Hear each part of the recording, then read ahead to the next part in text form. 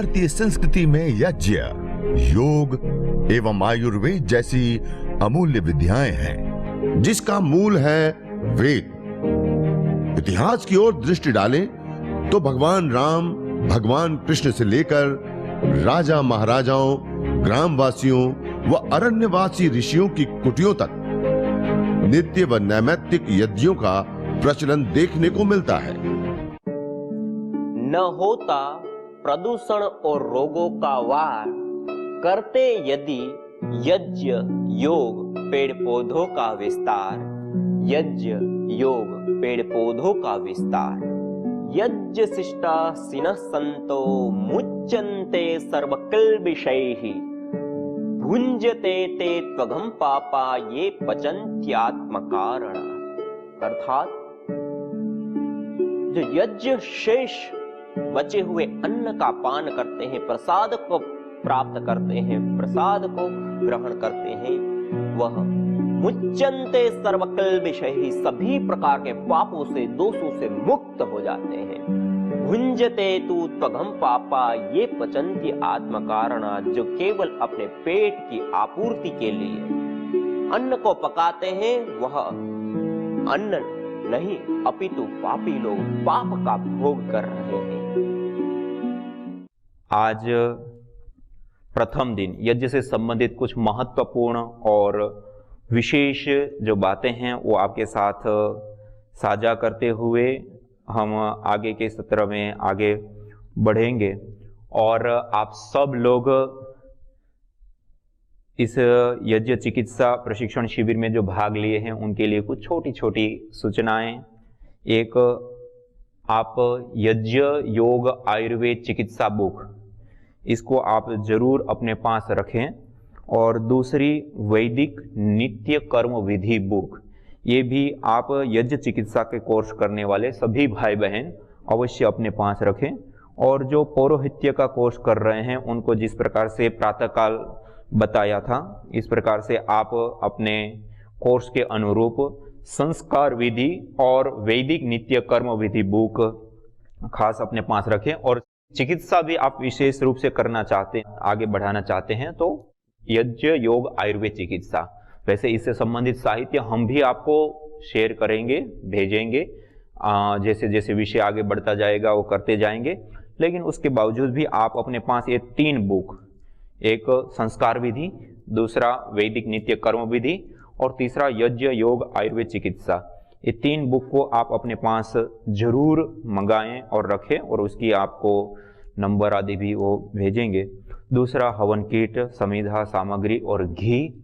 और उसके अलावा इस यज्ञ अनुष्ठान के अंदर आप सबसे मैं निवेदन करना चाहूँगा, आप सब मेरे साथ साथ एक मंत्र का उच्चारण करेंगे। आज का हम देव यज्ञ अग्निहोत्र जो कर रहे हैं तो उसकी थोड़ी सी महिमा बोलते हुए हम आगे बढ़ेंगे। और ये यज्ञ जो हम करते हैं तो यज्ञ के उपरांत ये यज्ञ शेष जो यज्ञ की भस्म है, बभूत है, राख है, उससे हम विशेष इस प्रकार से तिलक आदि करते हैं। ये हमारे लिए कल्याणकारी और अच्छा होता है, तो ऐसे आप तिलक भी कर सकते हैं हवन के उपरांत। आइए मेरे साथ साथ उच्चारण करेंगे। एतेषु यश्चरते भ्राजमानेषु यथा कालम च आहुतयो ह्यद्ददायन् तन्नयन्त्येताः सूर्यस्य रश्मयोः यत्र देवानां पतिरेकोधिवासः। मुंडक उपनिषद के अंदर बताया कि यज्ञाग्नि की इन 7 रंगों वाली शिखाओं में जो यजमान ठीक समय, प्रातःकाल, सायंकाल, सूर्योदय सूर्यास्त का विशेष यज्ञ का समय होता है, ठीक समय पर आहुति प्रदान करता हुआ यज्ञ कर्म को पूरा करता है, उसको यह आहुतियां संचित कर्म रूप होकर के वहां पहुंचा देती हैं। देवा नाम पतिरेकोधिवास, स्वयं परमपिता परमात्मा का साक्षात्कार कराने का सामर्थ्य रखती है आहुतियां। आगे छांदोग्य उपनिषद का एक मंत्र मेरे साथ बोलेंगे। सब लोग हाथ जोड़ करके श्रद्धा भाव के साथ ये मंत्र जो हम हमारे घर के अंदर गुंजायमान कर रहे हैं, आचार्य चाणक्य जी कहते हैं स्वाहा स्वधाकार विवर्जितानि, वेद ध्वनि मानी जिस घर के अंदर वेद की ध्वनि गुंजायमान नहीं होती हैं, स्वाहा और स्वधाकार मानी यज्ञ याग आदि की जो स्वाहा स्वधाकार मानी यज्ञ के अंदर स्वाहा बोलते हैं, बड़े याग के अंदर स्वाहा स्वधाकार बोलते हैं, जहां गुंजायमान नहीं होते हैं वो घर स्मशान के तुल्य होते हैं। आज हमारे लिए अवसर है, परम पूज्य श्रद्धेय स्वामी जी महाराज, परम पूज्य श्रद्धेय आचार्य श्री महाराज की असीम कृपा से आज हमारे घर घर तक आस्था चैनल, संस्कार चैनल, वैदिक टीवी चैनल से लेकर के अनेकों माध्यमों से आज हमारे घर तक वेदवाणी पहुंच रही है। हमारा सौभाग्य है कि आज भारतवर्ष के अंदर घर घर में वेदवाणी और यज्ञ का आज अनुष्ठान होने जा रहा है। तो आइए सब लोग जिस प्रकार से ये मंत्र का पाठ कर रहे हैं पूरे उच्च स्वर के साथ अपने घर के अंदर गुंजायमान कीजिए, और ये हमारी वाणी भी पवित्र होती हैं और विशेष रूप से हमें लाभ मिलता है। यथेह क्षुधिता बाला मातरम पर्युपासते एवं सर्वाणि भूतानि अग्निहोत्रम उपासत। इस छांदोग्य उपनिषद के अंदर बताया कि जैसे छोटा बालक है ना, यथे क्षुधिता बाला मातरम उपासते, जैसे छोटा बालक होता है वो भूख रूपी दुख से जब पीड़ित होता है तो अपनी मां की शरण में जाता है, अपनी मां की गोदी में जाता है, अपनी मां के पास जाता है उस अभिलाषा के साथ, और मां की गोदी में जाकर के अपनी बुभुक्षा की अभिव्यक्ति करके निश्चिंत हो जाता है और निश्चित रूप से मां की शरण में जाने से उसके भूख रूपी दुख की निवृत्ति हो जाती है। एवं सर्वाणि भूतानि अग्निहोत्रम उपासते, ऐसे ही संपूर्ण संसार में अनेक प्रकार के रोग क्लेश कष्ट बाधा पीड़ा और समस्याओं से घिरा हुआ मनुष्य यज्ञ की शरण में आकर के मुक्ति को पा लेते हैं। कितने बड़े बड़े आश्वासन हमारे ऋषियों ने हमें। और यह जो यज्ञ हम कर रहे हैं अग्निहोत्र, उस अग्निहोत्र के विषय में अनेक अनेक प्रकार के लाभ हमारे शास्त्रों में, हमारे प्राचीन ग्रंथों में सर्वस्मात् पाप मनो निर्मुच्यते स य एवं विद्वान अग्निहोत्रम जुहोति। जो यजमान विद्वान अग्निहोत्र को विधिवत करता है वो समस्त प्रकार के दोषों से पापों से क्लेशों से मुक्त हो जाता है। कितने बड़े बड़े आसन। एन सदनुष्ठानेन संपूर्ण विश्वम कल्याणम भवेत्। आध्यात्मिक आधिदैविक आधिभौतिक तापत्रयोन उन्मूलनम सुकरम स्यात् तद यज्ञ पदाभिधेयम। इसके अंदर इतना विशाल विराट अर्थ बताया। येन सदनुष्ठानेन संपूर्ण विश्वम कल्याणम भवेत्। जिस सद अनुष्ठान को करने से संपूर्ण विश्व का कल्याण होता, पहला लाभ संपूर्ण विश्व का कल्याण। और दूसरा आध्यात्मिक आधिदैविक आधिभौतिक ताप त्रयोन उन्मूलनम सुकरम स्यात्।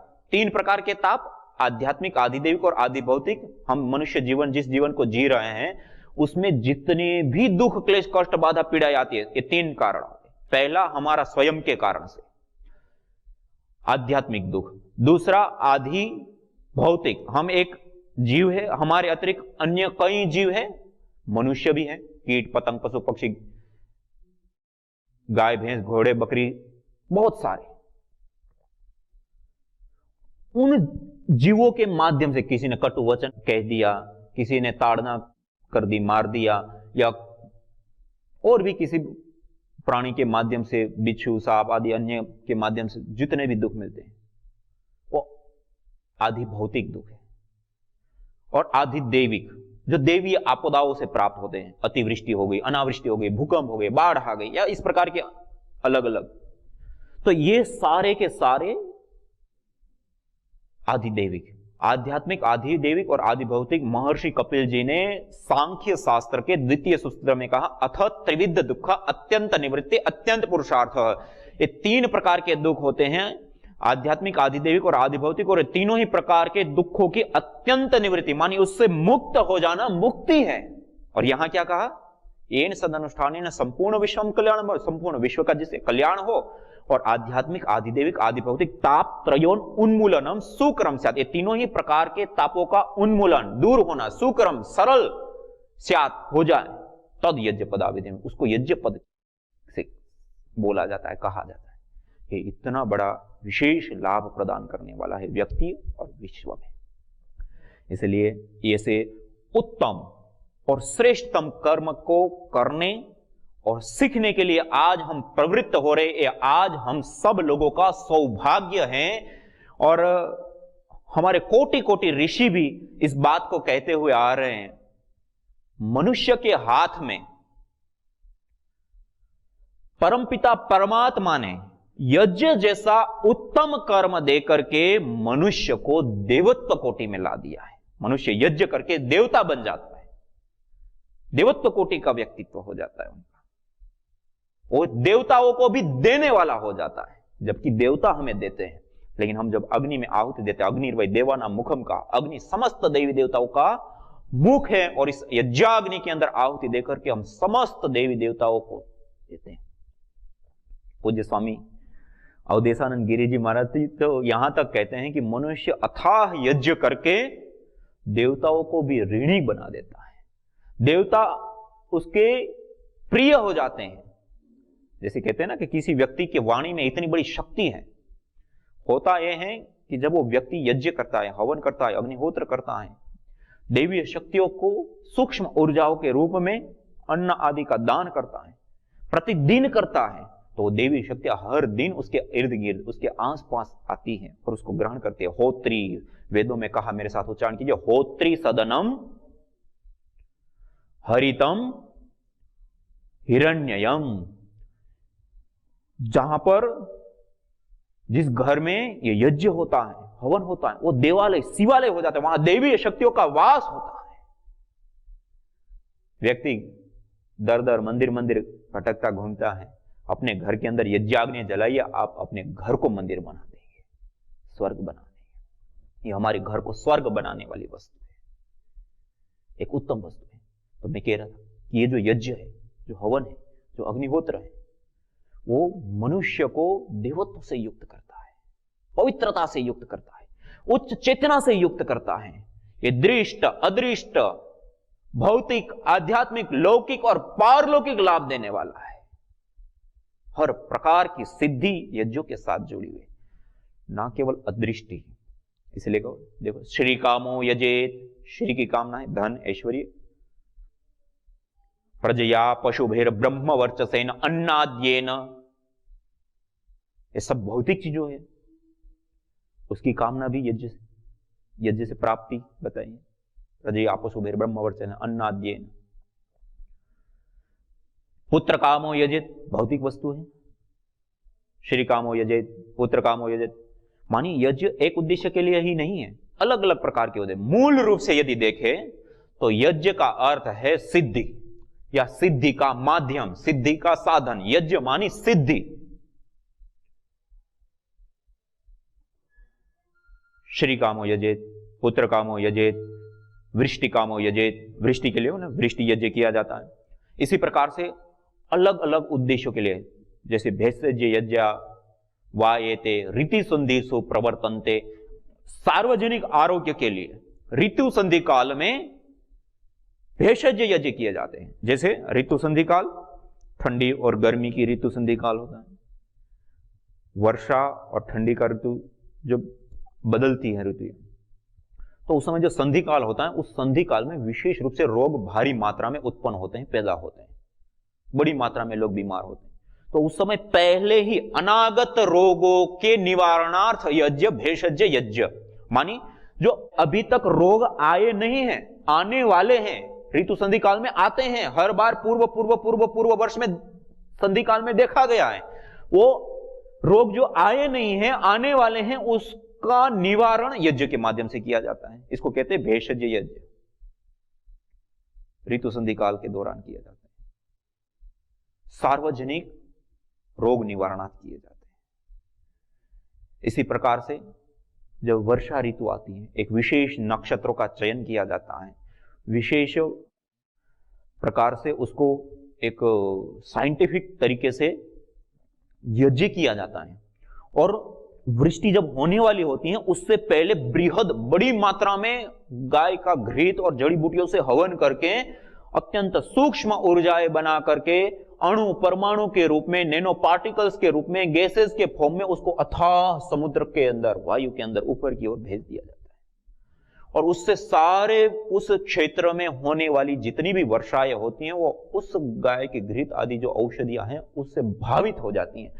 उस वृष्टि से पूरी धरा कल्याणवती होती है, फसलें उत्तम बनती है, वीर्यवान होती है। उस फसल को खाने वाला व्यक्ति उत्तम स्वास्थ्य को प्राप्त करता है। इसे कहते हैं ना, जैसा खाए अन्न वैसा होए मन। आज हम पेस्टिसाइड डाल रहे हैं, अनेक प्रकार के कीटनाशक डाल रहे हैं, अलग अलग प्रकार की खाद और दवाइयों का इस्तेमाल करते हैं। ज्यादा उत्पादन चाहिए, लेकिन ना भावना है ना अच्छाई। इसलिए देखिए लोगों के मन कैसे हो गए, शरीर भी देखिए कितनी बीमारियां हो गई।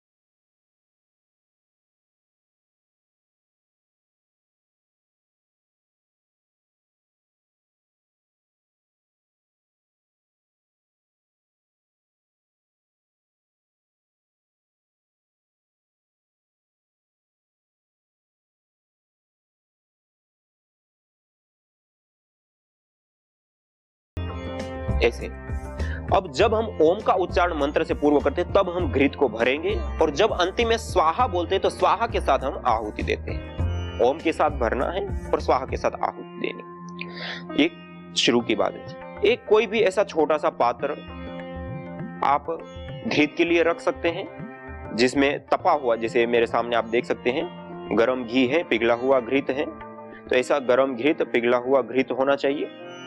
जमा हुआ घी का हम विशेष रूप से प्रयोग यज्ञ के लिए नहीं करते हैं। तो इस प्रकार से ऐसा कोई भी छोटा सा एक पात्र।